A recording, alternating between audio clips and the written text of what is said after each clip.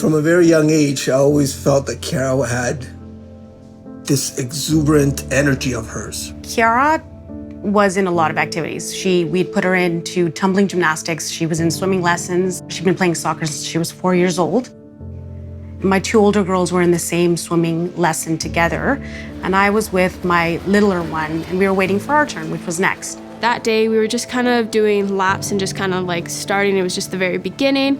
And I'm a pretty competitive person, so I decided I wanted to be the first one finished. And so I was swimming as fast as I possibly could. And then all of a sudden, my vision gets very like tunnel vision. I blacked out.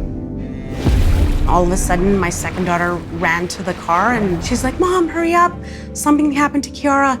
You have to come."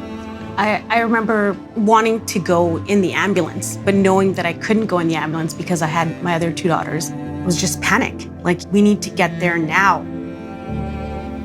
I met Kiara a few years ago. She came to us with what seemed a fairly common symptom, fainting. But a small fraction of those people that faint, that faint is actually a warning sign for something much more serious. And it can be a very minor abnormality, but it's enough to disturb the whole balance of the heart's electrical system. And so these children can go into life-threatening heart rhythms during very ordinary activities. With some tests here, we were able to diagnose her with a very rare form of an inherited heart rhythm condition called CPVT, or catecholaminergic polymorphic ventricular tachycardia. CPVT is one of the most lethal conditions that we look after here on this campus. And it's not something you see in 11-year-olds. You know, in kids, you don't see cardiac arrest in kids.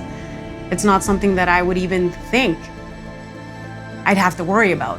It was definitely a complete shock. It felt like my heart condition was a burden, and it felt like I was never gonna get over it, and that it was something that might ruin my life. The way that we understood it and the way that we tried to explain it to Kiara was kind of like an allergy, you know, because everyone understands that sometimes allergies can be life-threatening. And so we had to say, well, you're kind of allergic to the adrenaline that your heart makes. We're living with fear, but as normally as we can, because her heart potentially is like a ticking time bomb. So one of the treatments that we use is to blunt the stress response, to blunt adrenaline. And we do this with a medication that is not very specific to the heart. It's targeting the whole body. That, of course, has side effects, and the side effects are quite profound. The work that we're doing today allows us to take a small blood sample from patients and convert them into stem cells. Now, stem cells have the ability to become any cell in the body. We convert them into heart cells, and we can make tissues of beating heart cells from that patient.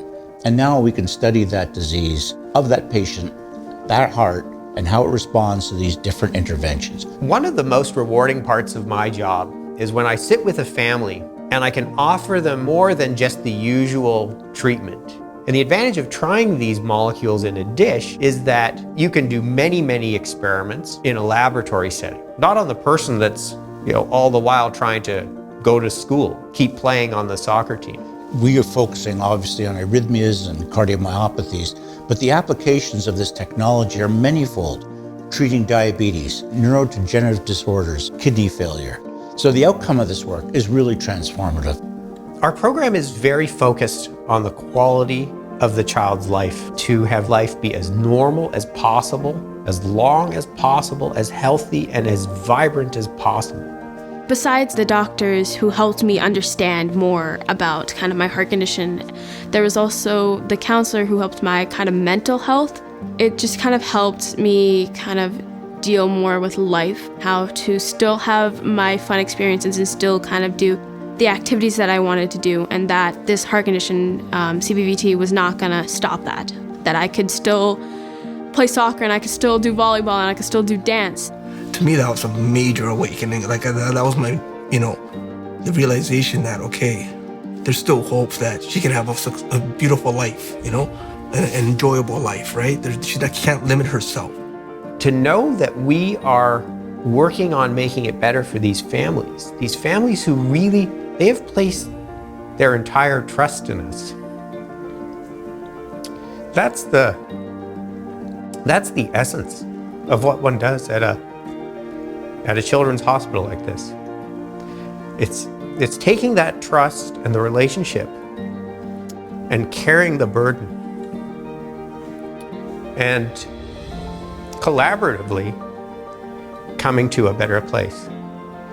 The work that we are starting here is going to change the lives of children like Kiara and other children just like Kiara all over the province. All these donations, all these people that are still carrying on, making all these efforts, we really appreciate it. Thank you very much. Yeah. You make us feel not alone because you care. You don't even know us.